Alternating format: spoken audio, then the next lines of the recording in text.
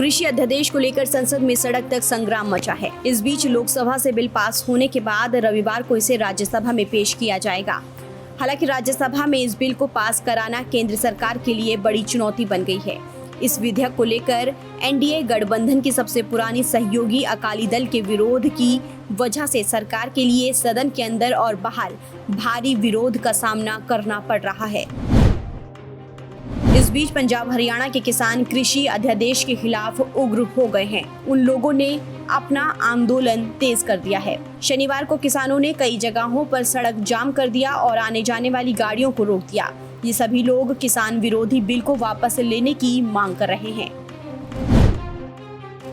पूर्व वित्त मंत्री पी चिदम्बरम ने किसानों से जुड़े विधेयकों को लेकर शनिवार को पीएम मोदी और बीजेपी प्रवक्ताओं पर निशाना साधा।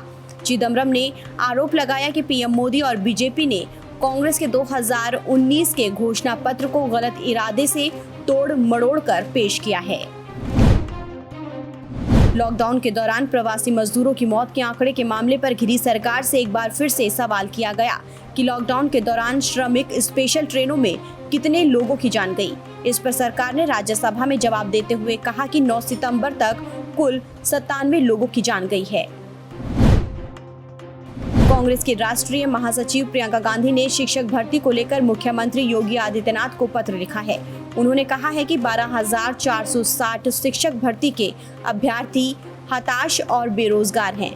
उन्हें कोर्ट कचहरी का चक्कर न लगवाकर अभ्यर्थियों की जल्द नियुक्ति की जाए।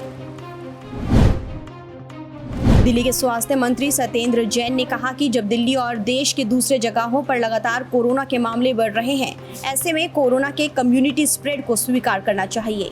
इसी कड़ी में उन्होंने ये भी कहा कि इस पर केंद्र सरकार और आईसीएमआर ही प्रतिक्रिया दे सकता है। एनआईए ने अलकायदा के बड़े नेटवर्क का पता लगाते हुए इससे जुड़े 9 संदिग्ध आतंकियों को गिरफ्तार किया है। एनआईए ने शनिवार की सुबह बड़ी कार्रवाई करते हुए अलकायदा मॉड्यूल के कथित नेटवर्क का पर्दाफाश करते हुए केरल और पश्चिम बंगाल में छापे मारे।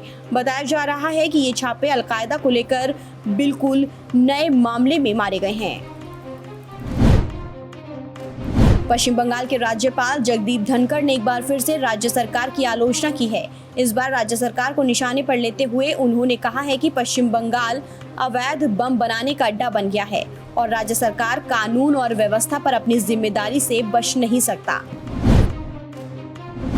विधानसभा उपचुनावों से पहले शिवराज सरकार हर वर्ग को खुश करने की कोशिशों में जुटी है। इसी कड़ी में राजधानी भोपाल में वनवासी महोत्सव का आयोजन किया गया। इस दौरान सीएम शिवराज सिंह चौहान ने आदिवासियों पर चल रहे मारपीट और कहासुनी जैसी सामान्य धाराओं के केस वापस लेने का ऐलान किया। जम्मू कश्मीर के राजौरी से पाकिस्तान में मौजूद आतंकी संगठन लश्कर-ए-तैयबा के 3 आतंकवादियों को गिरफ्तार किया गया है। इन आतंकियों के पास से भारी मात्रा में गोला और बारूद भी बरामद किए गए हैं। आतंकियों को सुरक्षा बलों की संयुक्त टीम ने आतंकवाद निरोधक अभियान के दौरान गिरफ्तार किया है।